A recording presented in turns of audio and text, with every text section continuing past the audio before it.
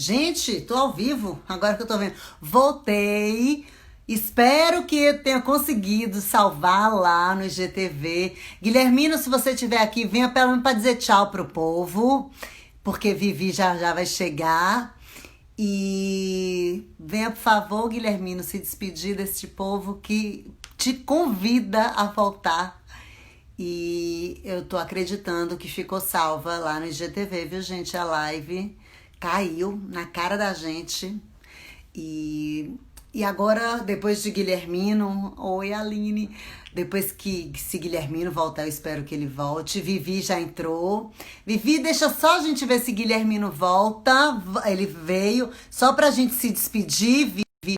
E aí a gente segue com você, ok? Guilhermino tá conectado. Voltei. 1 minuto para você se despedir, que Vivi já tá aqui com a gente. Olha, Caiu. foi um prazer conversar com você. Foi uma conversa muito leve.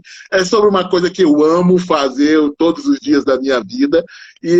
Eu acho que o que eu mais quero que vocês lembrem entrem, procurem o conteúdo, achem o aplicativo, se preparem mentalmente para o parto de vocês, que vocês vão ter partos espetaculares, como toda mulher merece. Muito obrigado. Guilhermino, deixa eu só falar para aproveitar essa audiência que está aqui. Fiquem, porque se vocês viram um homem apaixonado falando sobre medicina, sobre obstetrícia, vocês vão ver agora uma mulher apaixonada pela amamentação, falando sobre amamentação. Então, fica aqui com a gente. Guilhermino, uma delícia conversar com você. Obrigada, Obrigado. querido. Um beijo enorme. Tchau, A tchau. gente se encontra no workshop desses da vida, viu? Com Beijo. certeza. Tchau, tchau. Tchau. Vive, entra agora, querida. Me pede para entrar, que aí eu te aceito e a gente vai falar um pouco agora, gente. Deixa eu pegar aqui o tema da live, que a cabeça da pessoa já. Esse tema é massa. Desafios para estabelecer a amamentação nessa cultura louca do desmame que a gente vive, né? Então, Vivi é uma militante, é uma consultora em amamentação, mas é uma mulher que milita pelo direito de parir, ou de parir, não, desculpa, de amamentar das mulheres. Ela é daqui de Vitória da Conquista, né? Da cidade que a gente tem a sede do Gentle Bev. E a gente fez muita questão de tê-la aqui com a gente, porque ela é uma, como a gente gosta de dizer, prata da casa. E por estar no interior e fazer um trabalho tão importante como ela faz aqui na nossa região, a gente quis muito tê-la aqui com a gente. Vivi, seja bem-vinda, amor. E deixa eu só Que finalizar honra! mais uma coisinha. Gente, a gente está com promoção para quem desejar fazer a formação de Intobel. Até hoje, 10 horas da noite, quando a gente encerrar aqui, tem desconto. Então, por favor, mandem um direct que a gente responde vocês. E agradecer muito todo mundo que esteve aqui, que vai estar com a gente até o fim. Vivi, por favor, amor, se apresente. Conte para as pessoas quem é você, por favor. Olá, boa noite a todos. É uma honra estar aqui. Ainda mais depois dessa live maravilhosa de Guilhermino, meu Deus. Ele fez alguns de nós chorarmos, né? Também chorei. Eu sou Viviane, sou Vivi Sobrinho, sou mãe de Tito, que estava aqui pendurado no peito. Ele tem 2 anos e 1 mês, 25 meses. Amamentei exclusivo por 6 meses e ele ainda segue amamentando sem hora para terminar. Tito nasceu de parto normal e depois da experiência do nascimento de Tito eu me apaixonei por esse mundo da maternidade, do aleitamento materno, do parto e me tornei consultora em amamentação, me tornei doula pós-parto e hoje eu me dedico parte do meu tempo a estar aqui na internet falando, a estar atendendo mulheres e auxiliando nesse momento do puerpério de estabelecer a amamentação. E se tornou a paixão da minha vida. Vivi, eu vou então começar com a pergunta que leva o nome da nossa live mesmo, assim. Quais são os maiores desafios, né? E aí você pode enumerar e falando de todos eles, mas assim, quais são os maiores, aqueles top 5 para uma mulher conseguir amamentar, sobretudo no momento em que ela sai da maternidade, né?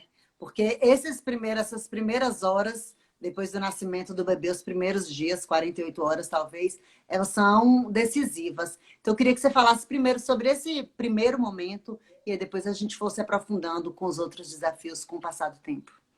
Bom, quando a gente está gestando, a gente não imagina, especialmente se você vem de um lugar que você não tem a vivência com uma mãe de recém-nascido, ou que você teve um recém-nascido da família há muito tempo, ou que não acompanhou essa história, você não imagina o que é o caminho que você precisa trilhar para você conseguir parir e para você conseguir amamentar. A gente costuma se preparar bastante para o parto. Eu, por exemplo, fiz o workshop do Gentle Birth. Eu usei o aplicativo durante toda a minha gestação, usava todos os dias, de manhã e à noite, e me preparei muito para o meu parto, mas quando chegou na hora da amamentação, eu não sabia o que fazer. Eu tive a sorte de vir de uma família na qual eu fui amamentada, minha irmã foi amamentada e minha mãe sempre ajudou mulheres a amamentar. Isso é uma coisa muito linda. E eu imagino que, que essa paixão pela amamentação é algo que veio da minha mãe para mim, embora minha mãe nunca tenha estudado e nunca tenha buscado evidência científica nenhuma sobre amamentação. Ela tem um mantra e quem me segue já conhece esse mantra e já repete. Que bebê é assim, chorou peito, fez xixi peito, fez cocô peito, fez em peito. E isso basicamente é o que significa livre demanda. É você colocar o...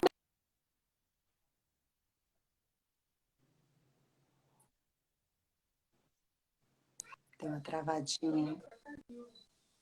Eu acho que travou. Voltou? Voltou agora. Voltou. Travou. Deixa eu ver. Oi. Aí, agora sim. Pronto. Sim, voltamos? Sim, voltamos. Então, esse é o mantra da livre demanda. E minha mãe não aprendeu isso lendo em lugar algum, ela aprendeu isso com a vivência dela. E essa questão da vivência, e aí está um ponto muito importante, porque eu estou trazendo essa minha experiência para aqui, dizer sobre essa vivência. Porque amamentar, a gente tende a imaginar que amamentar é algo que é instintivo, mas ele não é instintivo. É algo que é aprendido e é algo que é cultural. Então, se eu venho de uma família no qual a cultura são bebês que são amamentados, naturalmente eu vou conseguir amamentar de forma mais fácil, eu vou achar os desafios da amamentação como algo possível. Mas se eu venho de um lugar no qual as mulheres não amamentam e ninguém nunca foi amamentado, é como se eu chegasse num lugar onde só tivesse mato, com a foice, com o facão na mão e saísse abrindo o caminho para as mulheres que vêm antes de mim. E é claro que no caminho cheio de mato a gente vai acabar se machucando, se ralando, vai ser um pouco difícil, mas não quer dizer que vai ser impossível. E eu poderia listar aqui uma série de problemas que as mulheres enfrentam, problemas técnicos, mastites, fissura, pega errada, coisas técnicas, né, que com manejo adequado, com acompanhamento de qualidade, a gente consegue reverter. Mas eu digo para as mulheres que o primeiro grande desafio que uma mulher enfrenta quando amamenta é vencer uma cultura e vencer uma estrutura. E aí é a história dessa mulher, a vivência dessa mulher. É fato que a gente vive em uma cultura e uma sociedade que é a sociedade do desmame. Quer dizer que o corpo da mulher serve para muitas coisas.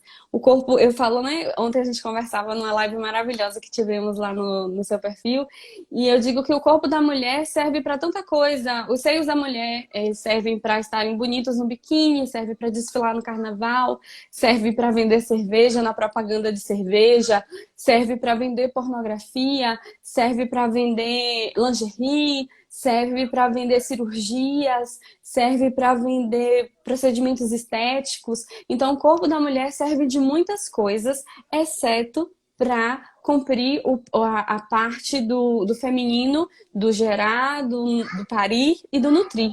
E aí é que entra a questão da amamentação. Se a gente vem desse contexto, a gente percebe que a mulher sempre foi criada para não confiar no próprio corpo. Ou seja, amamentar é algo que não é instintivo, mas que depende puramente de crer naquilo que não se vê. Quando você amamenta, você perde o controle. É bem o que a gente aprende no Gentle Birth quando a gente está fazendo workshop, quando a gente está fazendo os áudios. E o próprio Guilhermino falou sobre a experiência da paciente dele, que é necessário deixar o controle ir. Ou seja, quando você deixa o controle ir, quando você deixa o seu corpo comandar, quando você deixa os seus hormônios acontecerem, você consegue parir. A diferença é que parir é agudo, né, Kika? Kika sempre Sim, fala parir isso. é uma coisa rápida, é o agudão, uma crise aguda, né? E Isso. amamentar.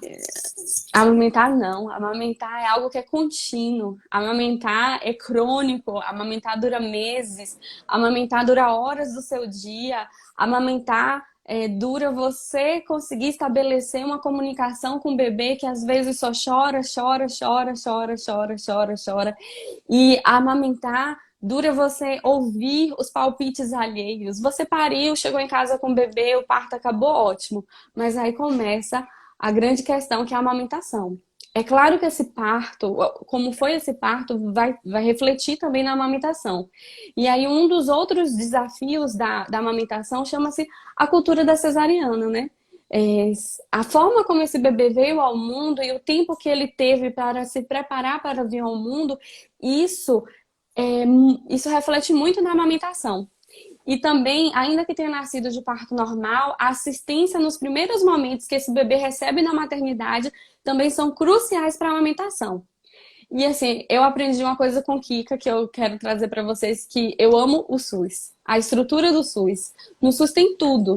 Então, se você quer saber como é um protocolo respeitoso, tanto para assistência a um parto, quanto para assistência à amamentação, quanto para a recepção dos cuidados iniciais do recém-nascido, leia as diretrizes de assistência e de cuidado do SUS. E aí existe a diretriz do SUS que, para o recém-nascido, nós temos o contato pele a pele imediato. Inclusive agora, em tempos de Covid, em tempos de pandemia, o contato pele a pele não foi suspenso, isso é muito importante de ser dito, ainda que a mãe tenha testado positivo para a Covid-19. Aí, nesse caso, vai ser um pouco diferente. Como é que vai ser essa questão desse contato pele a pele? Vai ser, essa mãe ela vai receber um banho ainda no leito, vai trocar a touca, vai trocar a máscara, vai lavar as mãos, passar álcool gel, vai fazer a limpeza, né? Vai limpar essa mãe ainda no leito e depois que essa mãe for limpa, o contato é pele a pele. E pele a pele é pele com pele, não é pele com campo cirúrgico, não é pele com top, não é pele com nada. Você arranca tudo e bota esse filho pele a pele, porque é isso que esse bebê precisa. E eu acho massa porque você vai ler as perguntas, né? As perguntas frequentes. O Ministério da Saúde fez uma coleção de perguntas frequentes em relação à assistência agora da amamentação no tempo de Covid. E aí, assim, o contato pele a pele está suspenso? Não. A mãe tem que fazer o contato pele a pele com o filho? Sim. Então, se a mãe estiver em condições de fazer contato pele a pele com o filho, nem a pandemia é capaz de tirar esse direito do recém-nascido. E por que falar de contato pele a pele quando se fala em dificuldades para estabelecer a amamentação? Porque o contato pele a pele precoce é muito, muito, muito, muito importante para o estabelecimento da amamentação. A gente precisa pensar e preservar a primeira hora de vida, que é chamada a golden hour, a hora dourada. Não é a segunda, não é a terceira, não é a quarta, não é a quinta, é a primeira hora. Se o bebê passou por todo esse processo de parto, ele foi banhado pelos hormônios do parto, ele está ali cheio da ocitocina natural, ele passou pelo canal de parto, ele se espremeu na vagina da mãe, a vagina apertou e saiu o líquido amniótico, né? Que quando o bebê sai pela vagina, sai o líquido também, e pelo nariz, e as vias aéreas desse bebê ficam preparadas para respirar aqui fora. Esse bebê ele está 100% alerta. A hora de colocar esse bebê em contato com a mãe é agora. Saiu, imediatamente esse bebê tem que vir para o colo da mãe. E aí, nesse momento, esse bebê, ele precisa mamar. E aí eu sempre falo uma coisa que Kika sabe que no workshop do Enxoval da Alma eu falo também, que a amamentação na primeira hora de vida, às vezes acontece de forma muito mecânica nos hospitais. Aí chega uma enfermeira e já quer pegar esse bebê e colocar no peito da mãe e plugar, como se mamar na primeira hora de vida fosse mamar no primeiro minuto de vida. Saiu, veio pro colo, tem que vir pro peito. Calma, gente, não é assim que acontece. Deixa as pessoas se conhecerem. Deixa essa pessoa que chegou ao mundo conhecer essa mãe.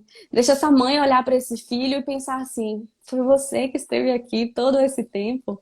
É você que estava me habitando? Foi você que estava empurrando as minhas costelas? Foi você que mexia tanto? Era com você que eu conversava? Era com você que eu sonhava? Eu nunca vi teu rosto. Tô vendo teu rosto agora. Deixa essa mulher olhar para esse filho. Deixa essa mulher apreciar esse filho. E depois que existe essa sintonia, que é pura química da paixão, né? Pura ocitocina. E aqui a gente está pensando em um parto positivo, em um parto no qual essa mulher foi respeitada, num parto no qual essa mulher estava confiante, num parto no qual essa mulher venceu muitas coisas para ter aquele filho ali. Ou ainda em um parto em que essa mulher tenha sofrido alguma situação, mas esse filho chegou no colo dela ali naquele momento. Então ela vai olhar para aquele filho e ela precisa se conectar com esse filho.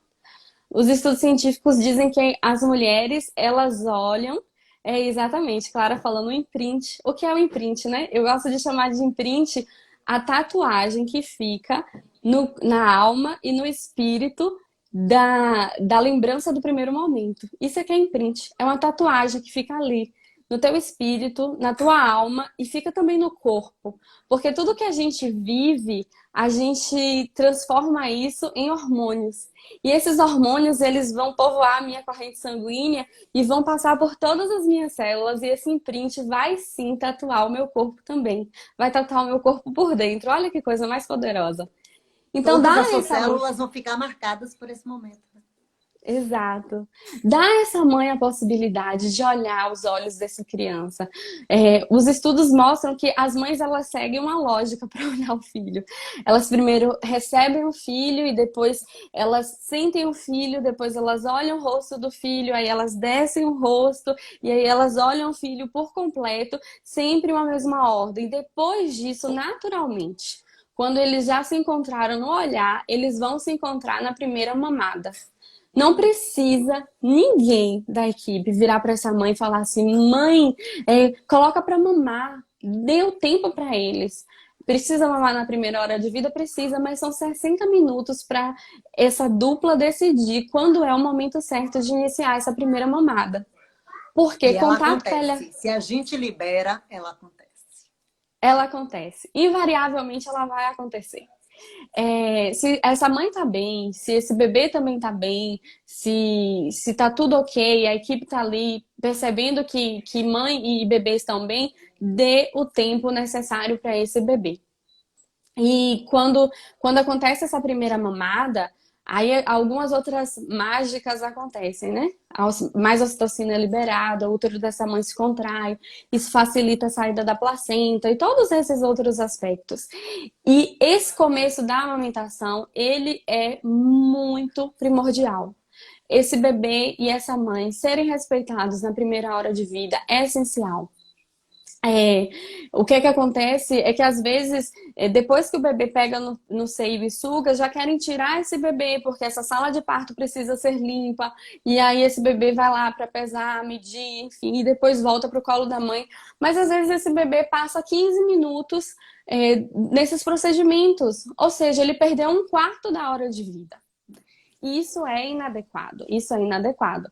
Então, o Ministério da Saúde fala sobre a primeira hora de vida, mamar na primeira hora e o campeamento oportuno do cordão umbilical.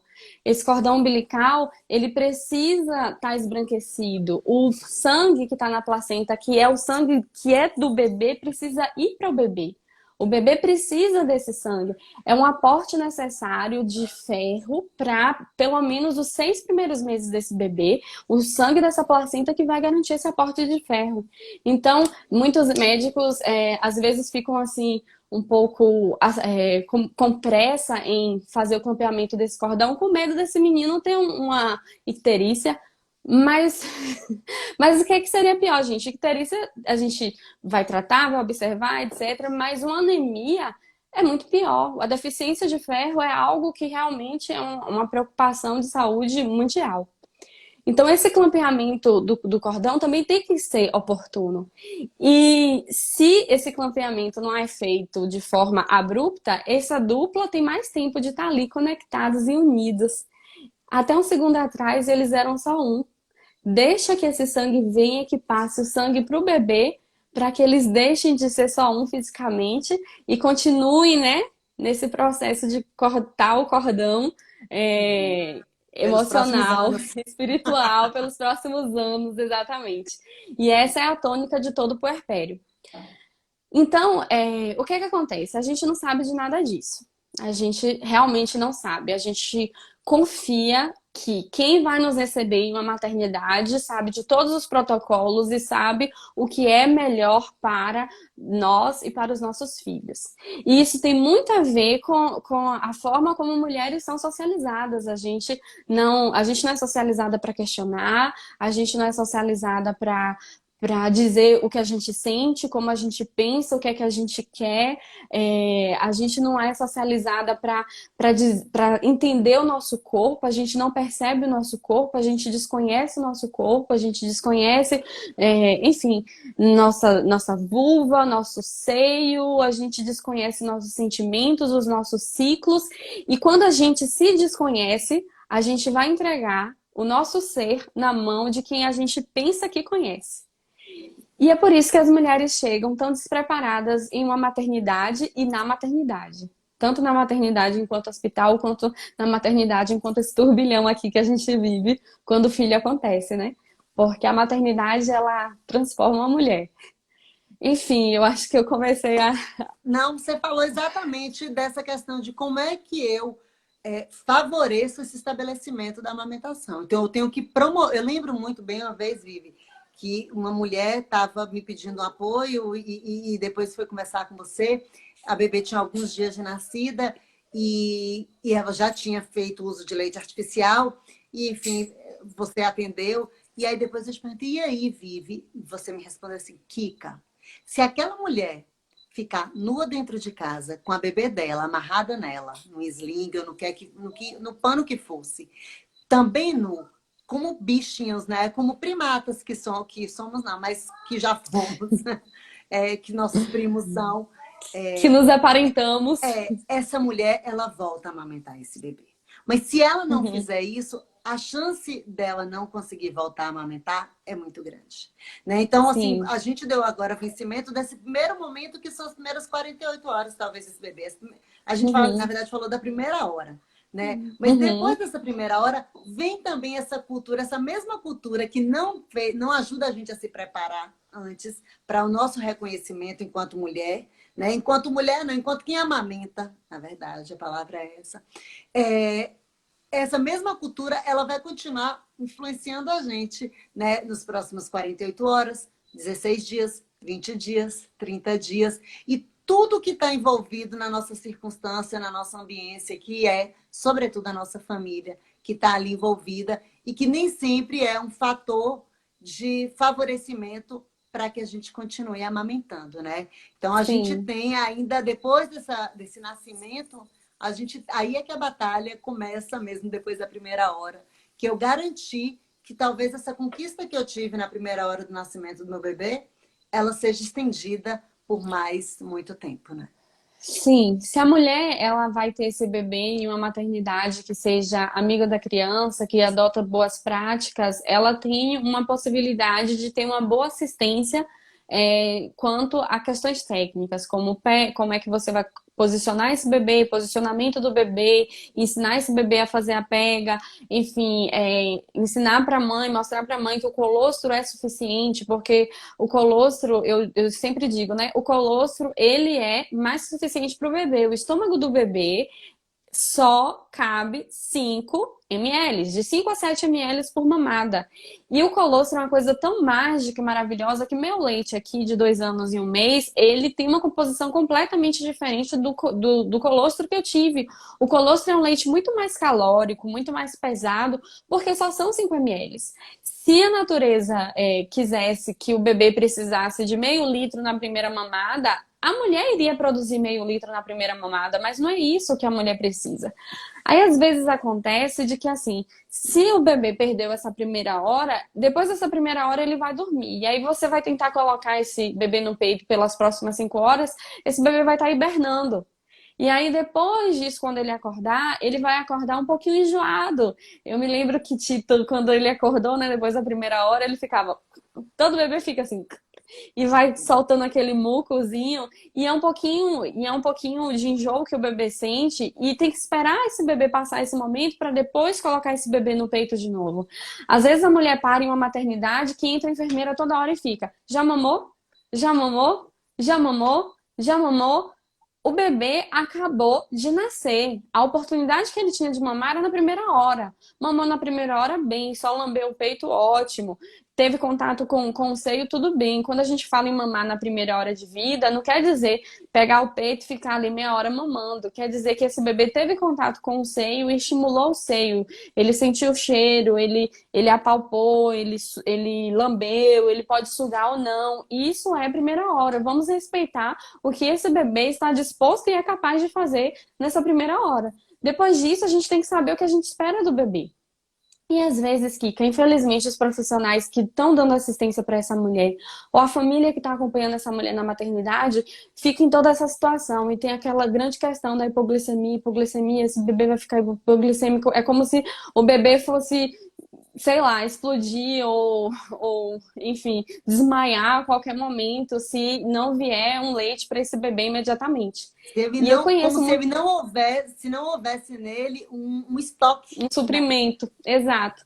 E assim, na verdade, o corpo ele é tão maravilhoso e esse bebê, e a natureza programa tão bem esse bebê, que esse bebê tem pelo menos aí umas 16 horas de suprimento, se esse cordão for clampeado oportunamente, se esse bebê teve a primeira hora a golden hour respeitada, esse bebê ele pode ficar tranquilamente. Se não é um bebê pig, né? Um bebê pequeno, nem é um bebê gig, enfim, é um bebê nos parâmetros corriqueiros, né?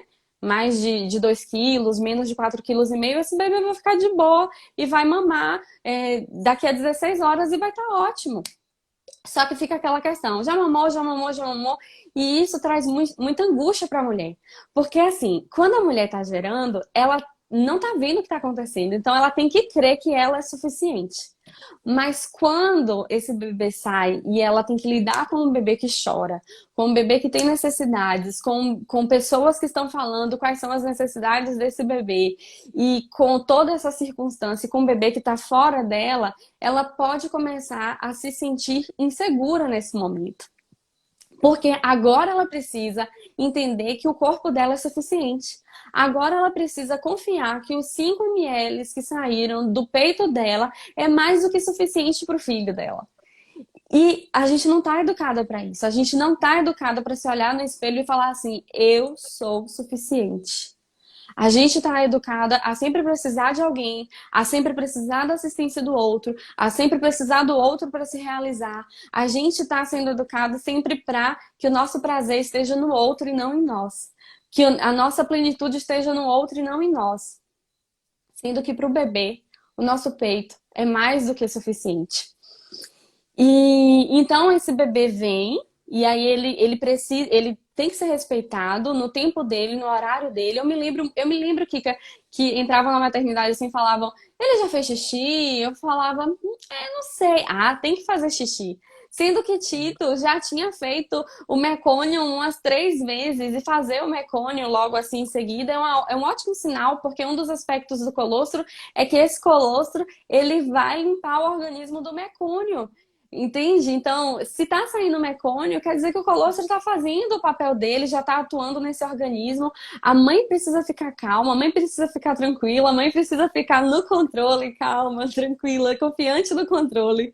Essa mãe precisa estar para entender que o que o corpo dela deu para o filho dela é mais do que suficiente. O que o corpo dela deu para o bebê, enquanto o bebê estava dentro, ainda sustenta esse bebê por um tempo até eles se encontrarem nessa amamentação. E aí a mãe precisa de alguém que esteja do lado dela, ou às vezes alguém que vinha desde a gestação fazendo manejo, ensinando para ela o manejo adequado. Como é que posiciona esse bebê? Aspectos técnicos, né? Posição, pega, boca de peixe, língua abaixo da areola, tem que abocanhar a maior parte da areola, enfim, a pega assimétrica, todas essas coisas que o fato é que, por exemplo, pouca gente sabe, mas se você deitar a mãe e desnudar a mãe e deixar o bebê desnudo em cima dela e deixar o bebê caçar o peito deitadinho, o bebê faz a pega perfeita. O bebê faz a pega perfeita, posicionamento perfeito. Que nenhuma Mas a consultora gente de não sabe amamentação esperar. consegue posicionar. Mas a gente não sabe esperar, né, Vivi? A gente não sabe. A gente não sabe. Eu me lembro que a última mãe que eu fiz assistência na maternidade, a bebezinha dela nasceu um pouco, né?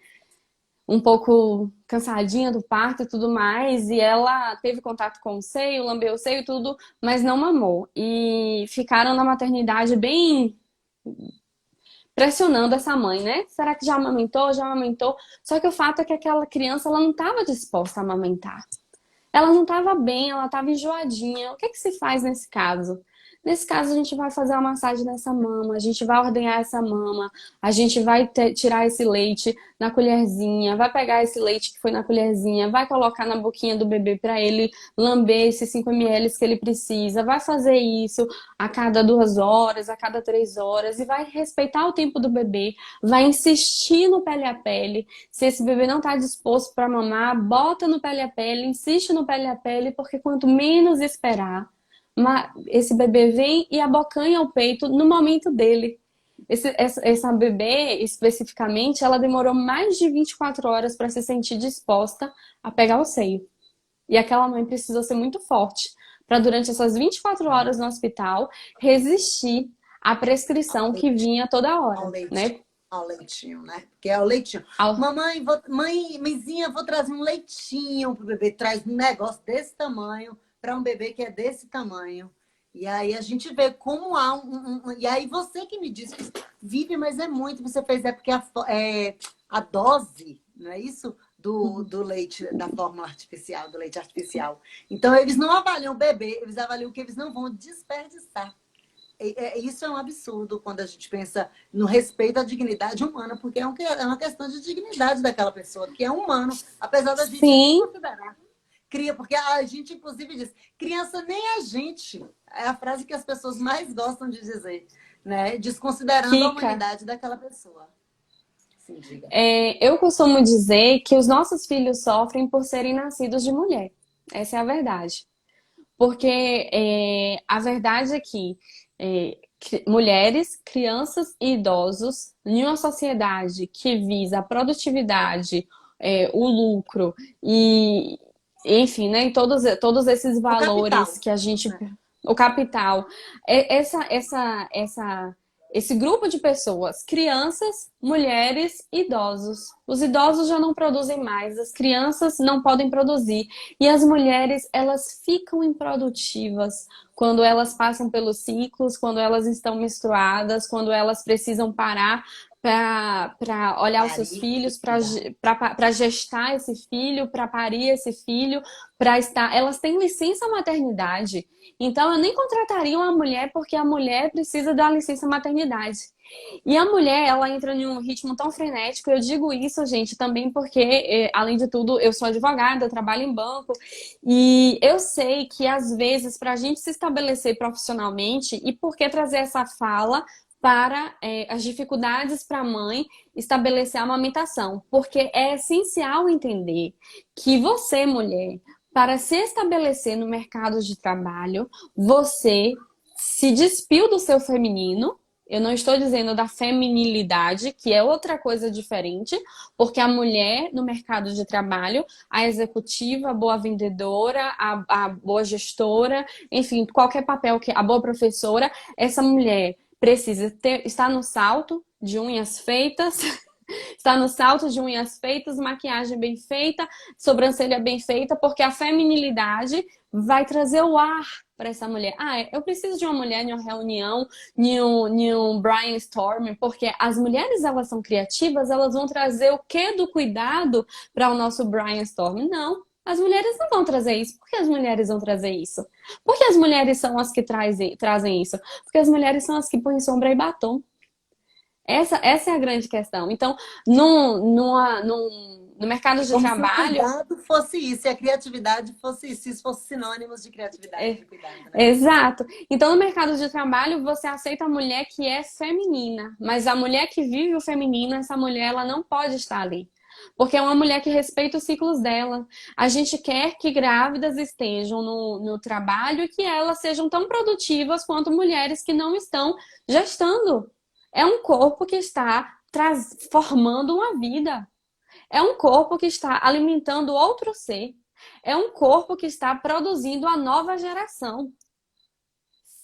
Até hoje, nenhuma pessoa chegou ao mundo por outro veículo a não ser o corpo de uma mulher.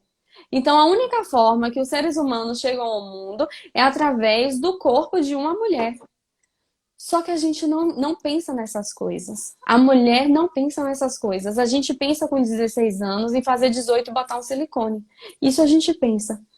Agora, a gente não pensa que o nosso corpo, se eu quiser, pode ser o veículo de trazer a nova geração à existência. Mais cedo, 26 horas, eu fiz uma live com Morena e ela falou, justamente, teve uma fala assim, sobre essa questão do futuro, né? E ela trouxe uma frase que nós somos ancestrais dos nossos filhos, né? A gente está construindo o lugar que eles vão habitar, o modelo social que eles vão conviver. Então, assim, existe uma grande responsabilidade nisso, né? E a gente, mulher, a gente está gestando essa geração que vai habitar esse futuro que a gente está preparando, né?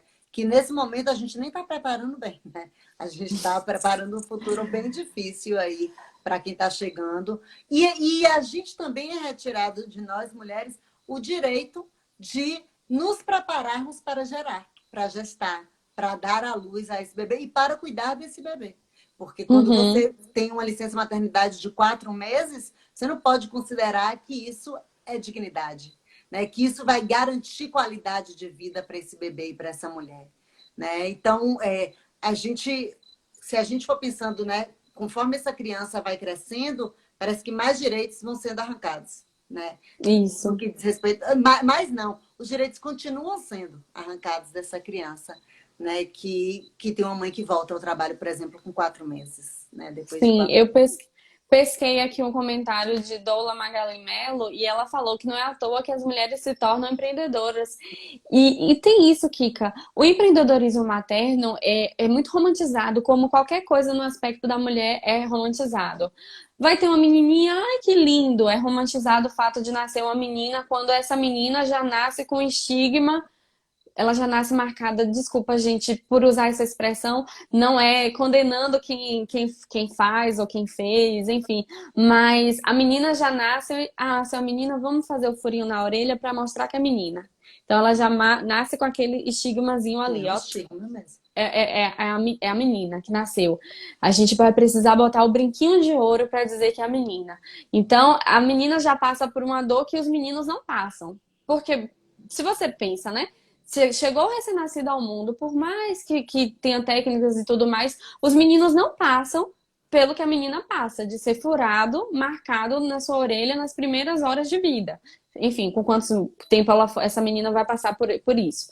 Aí já bota vestido, então a menina ela é podada de brincar, porque ela não pode brincar porque ela tá com aquele vestido bonito, enquanto os meninos estão correndo, subindo em árvore, etc, etc. E a menina que sobe em árvore, essa menina é arrojada. É uma menina, olha que massa, sobe em árvore. Ou então, por que essa menina não se comporta?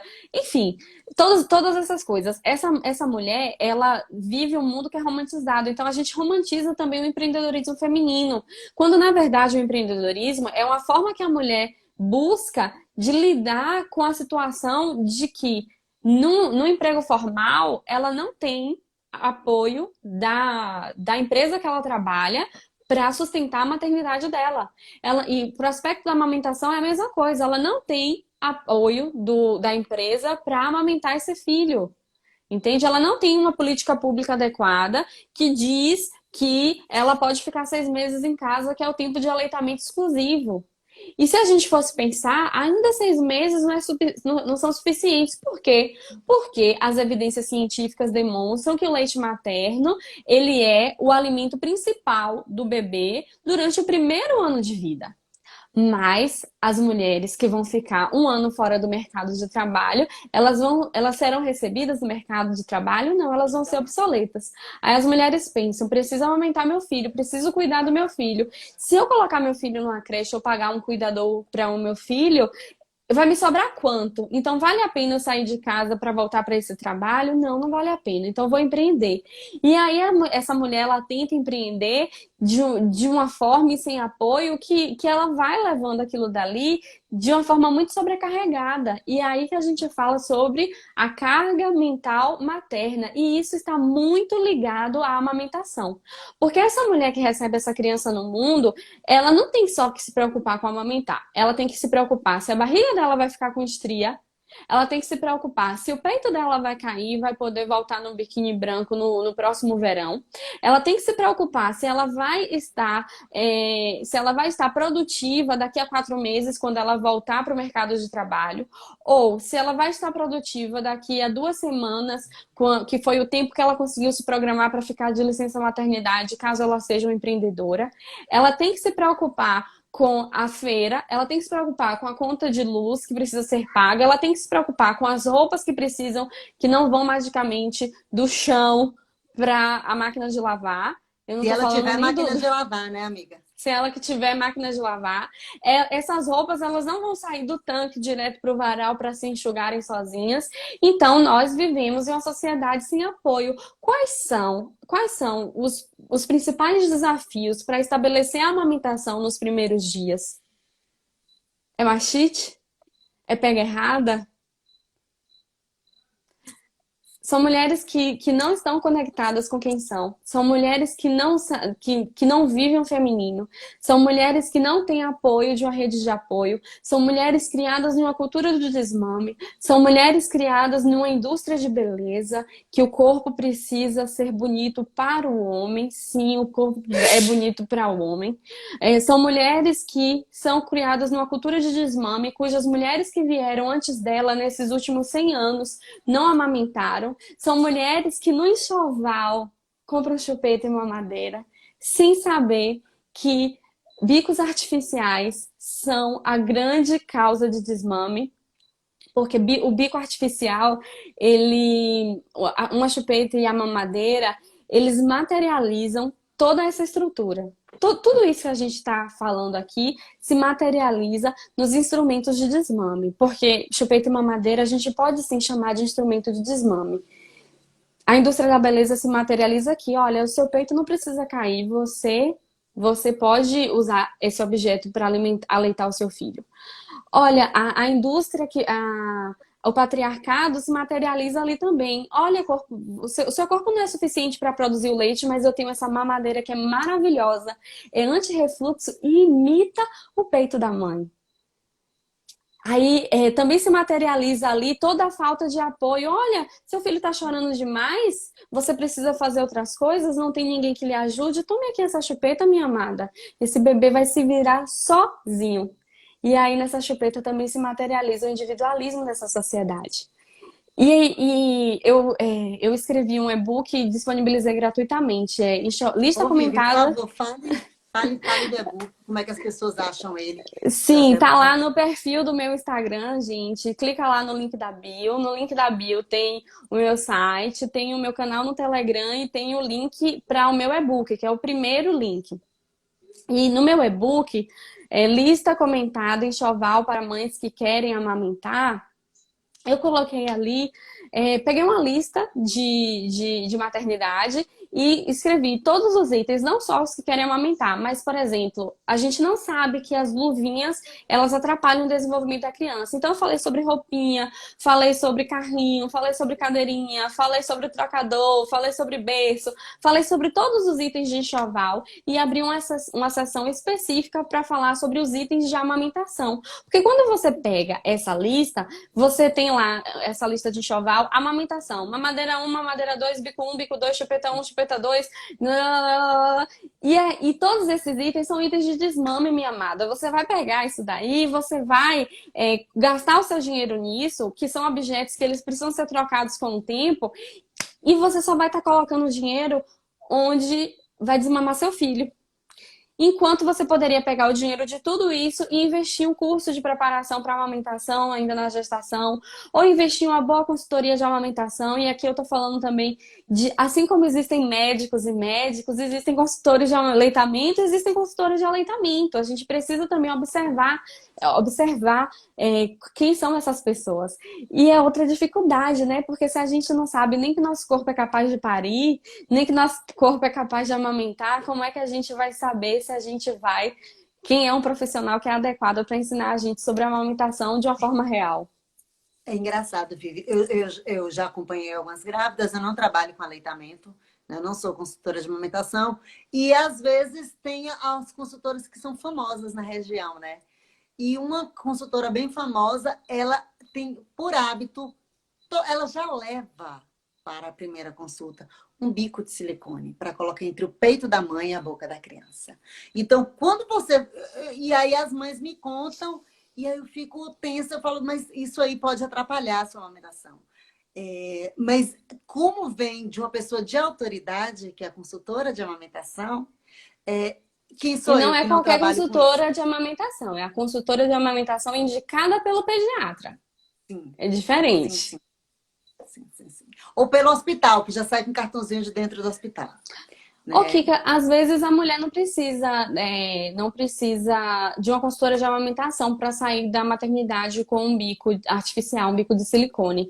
Aquilo ali, se existe algo que a gente pode chamar de verdadeiro engano, é aquele negócio, porque ele não cumpre o que ele promete. Ele se chama protetor de mamilo, né? E ele não protege o mamilo coisa nenhuma, porque na verdade o bebê ele vai fazer uma pega errada, e é a pega errada que vai fazer esse peito lacerar. Outra coisa que esse protetor de mamilo faz, ele muda o padrão da mamada, o leite não sai, o bebê fica horas no peito, e aí ele tá ali sugando, sem sair leite, engolindo ar. Esse bebê vai ter gases, esse bebê vai chorar mais, essa mãe vai achar que não tá produzindo leite. Horas e horas no peito, sem sair leite, esse peito não vai sair leite, vai ter uma mastite. Horas e horas no peito, esse bebê vai ter uma fissura, então esse bebê vai ser um bebê com cólica, essa mãe vai ser uma mãe com mastite, essa mãe vai ser uma mãe cansada, esse bebê vai ser um bebê com fome. Esse bebê vai ser um bebê com dor, esse bebê vai ser um bebê com choro, esse bebê vai ser um bebê sem fazer xixi. E o que foi que aconteceu? É porque eles disseram para essa mãe que o peito dela não era suficiente, que ela tinha o peito errado. Não existe isso de mamilo plano não amamenta, mamilo invertido não amamenta. O que existe é uma falta de paciência de quem quer que seja, de ajudar essa mulher, de ensinar essa mulher a amamentar. A assistência à amamentação exige paciência. E Kika, eu costumo dizer também que uma grande dificuldade para as mulheres estabelecerem a amamentação é um grandiosíssimo mito que diz que amamentar é ato de amor. Amamentar não é ato de amor. Coisa nenhuma, gente. Amamentar é ato de amor. Amamentar é um ato de resiliência. Amamentar é um ato de persistência. Amamentar envolve muito amor, né? Porque a gente tem que colocar aqui nessa live também que quando a amamentação está estabelecida e essa dupla tá ali mamando, você olha pro seu filho, ele tá sugando o seu seio, tá saindo leite, você sabe o que tá acontecendo? Você tá liberando ocitocinas, você tá liberando hormônios de endorfinas, você diminui os níveis de cortisol. Às vezes, Kika, quando eu tô com insônia, eu cutuco o Tito assim, ó, pra ele mamar, pra eu conseguir conseguir relaxar e dormir. Usando meu filho. Mas não é isso, gente. É porque Faz um a aplicativo, dupla, faz um áudio. Só para a dupla mamãe mãe e bebê, eles precisam se ajudar. Entende? O aleitamento materno, assim como qualquer outro relacionamento, é um relacionamento e que é bom e prazeroso para os dois. E aí tem outro mito que fala bem assim: mamãe feliz, bebê feliz. Eu não estou feliz amamentando, eu vou desmamar o meu bebê. Esse também é um outro grande problema, porque assim, ninguém perguntou pro bebê se ele tá feliz, ninguém perguntou pro bebê qual é a opinião sobre aquilo. É muito mais fácil você incentivar a mulher a falar assim: ô mãezinha, você já fez tudo o que você pode fazer para amamentar? Se você não conseguiu, é... é porque assim mesmo tem mulher que não dá leite. Como assim tem mulher que não dá leite, gente? De cada 100 mulheres, 3 a 5 teriam algum problema que precisariam fazer complementação. Complementação não quer dizer inviabilizar o aleitamento materno. Alguns casos muito específicos, enfim, de malformação mamária ou, infelizmente, de cirurgias, né, mamoplastias anteriores mal feitas, ou mães que tiveram mastectomia por causa de algum câncer, enfim, que são coisas muito pontuais. Mas a maioria das mulheres são mulheres que podem sim amamentar. E amamentar não é ato de amor, coisa nenhuma. Amamentar é um ato de resiliência. Você, mãe que amamenta, você venceu. Cultura do desmame, indústria do desmame, cultura da indústria da beleza, você venceu a indústria da cesariana. Ainda que você tenha tido uma cesariana eletiva ou não, agendada ou não, o fato é que a indústria da cesariana contribui sim para o desmame. E ainda tem um grande problema: a amamentação, ele fala muito ao coração das mulheres e dói muito quando fala sobre a amamentação. Porque as mulheres que não conseguem amamentar, elas se sentem insuficientes. Porque é isso que dizem para elas: seu corpo é insuficiente, você não teve leite suficiente. Seu amor é insuficiente, você não amou o suficiente. Enquanto por trás, isso é tão cruel. Quanto tantas coisas que as mulheres vivem são tão cruéis. E o grande problema da crueldade disso é a invisibilidade. O pior tipo de violência é a violência invisibilizada, a violência que não se nomeia. E a gente não nomeia essa violência que a mulher vive em relação à amamentação, porque essa mulher não teve apoio nenhum para amamentar. Ela não teve apoio dos médicos, ela não teve apoio da sociedade, ela não teve apoio de políticas públicas, ela não teve apoio da empresa, ela não teve apoio do parceiro, enfim. Então, quais são? Eu volto com a pergunta do começo da live. Depois de tudo isso que eu tô aqui falando loucamente, porque eu quero falar Mas tá tudo que eu ótimo. posso falar. Mas não, Eu quero falar é tudo uma que eu aula, né, posso. Vivi, o que você está fazendo, na verdade. Né? De como desmistificar, Então, de como a gente vencer isso nessa cultura. Sim, diga. sim. Aí eu volto para a pergunta: quais são as principais dificuldades de uma mulher para estabelecer a amamentação nos primeiros dias? Aqui tem Bia na live que está aqui comentando. Bia, dê licença para lhe dizer que Bia venceu um abscesso mamário. E a bebê dela tá mamando lindamente. E eu tenho certeza que de tudo que Bia, porque eu conheço a história de Bia, de tudo que Bia passou para amamentar a filha dela, o abscesso foi uma coisa muito grande que ela superou, mas ela vence outras coisas todos os dias, entende? Porque para amamentar é uma luta diária. E é isso sobre a amamentação que é tão difícil. A amamentação, ela é uma luta diária. O parto é agudo, você se prepara, você consegue, às vezes a mulher consegue entrar em si durante 9 meses, as pessoas veem a barriga crescendo, as pessoas veem uma barriga ali e perguntam: você precisa de ajuda? Você tá cansada? Você quer um copo de água? E isso é maravilhoso, graças a Deus a gente conquistou isso. Porque há um tempo atrás, as mulheres estavam nas fábricas trabalhando durante 16 horas por dia, grávidas ou não grávidas, parindo ou não parindo. Então, se a gente hoje é vista grávida e se a mulher ela é venerada grávida, a mulher tem que ser venerada grávida, ótimo. Mas depois que o bebê sai da barriga, a mulher não é mais vista. Depois que o bebê sai da barriga, a mulher volta para a invisibilidade e todas as dificuldades dela voltam para a invisibilidade. E tudo que ela sente, todas as dificuldades que ela sente volta para aquilo dali. mas você não está se dedicando o suficiente? Ou, mas é assim mesmo, algumas mulheres não conseguem amamentar. Quem é que não consegue amamentar? É a mulher que não consegue amamentar. Não é a estrutura que não Não proporcionou essa mulher favorece, conseguir né? amamentar. Entende, Kika? E aí, quando o bebê sai de dentro dessa mulher, tudo que ela sente, tudo que ela passa, é invisibilizado de novo. E aí, são esses. Eu pergunto para vocês, diante de tudo isso, quais são os desafios de estabelecer a amamentação nos primeiros dias, no contexto de cultura do desmame? É praticamente, é uma luta, né?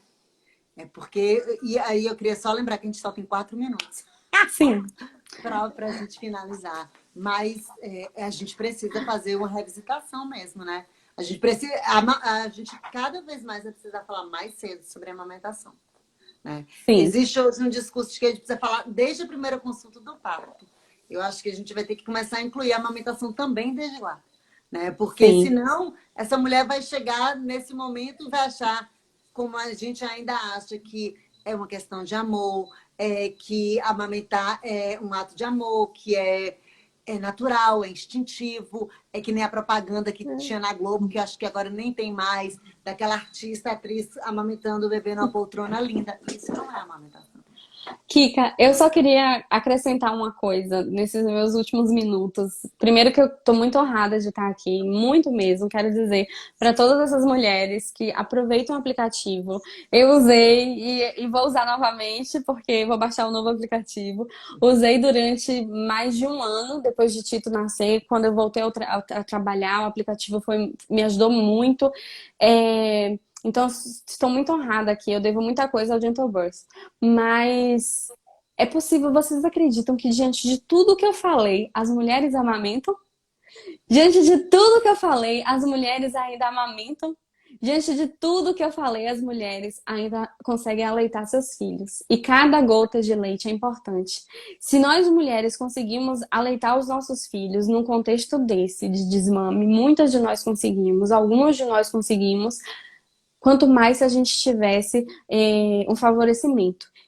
Falar sobre tudo isso é importante porque você pode até não mudar o contexto macro durante a sua gestação, mas o seu contexto familiar você consegue mudar se você conversar sobre essas coisas durante a gestação.